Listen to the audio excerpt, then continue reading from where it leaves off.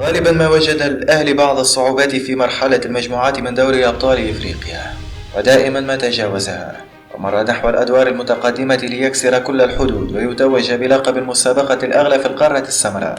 الأهلي المصري استهل مشوار الدفاع عن لقبه بالفوز على ميديا مرغاني بثلاثية نظيفة، ثم سافر لدار السلام وعلى ملعب شكل له لعنة على مر الزمان تعثر أمام يونغ أفريكانز مسجلا تعادلا لم يرضي الكثير من جماهيره العريضة.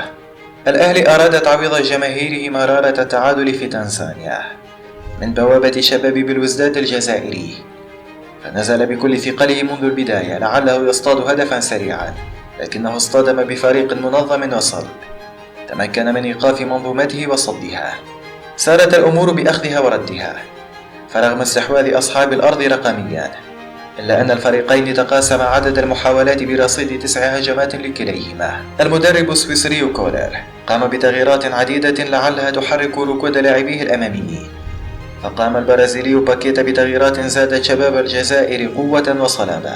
وبالرغم من تعادله فقد حافظ الأهلي على صدارة المجموعة برصيد 5 نقاط، في حين رفعت كتيبة CRB رصيدها ل4 نقاط متقاسمة الوصافة مع ميدياما. فيا ترى هل يستطيع الفريقين العربيين المرور نحو الدور المقبل؟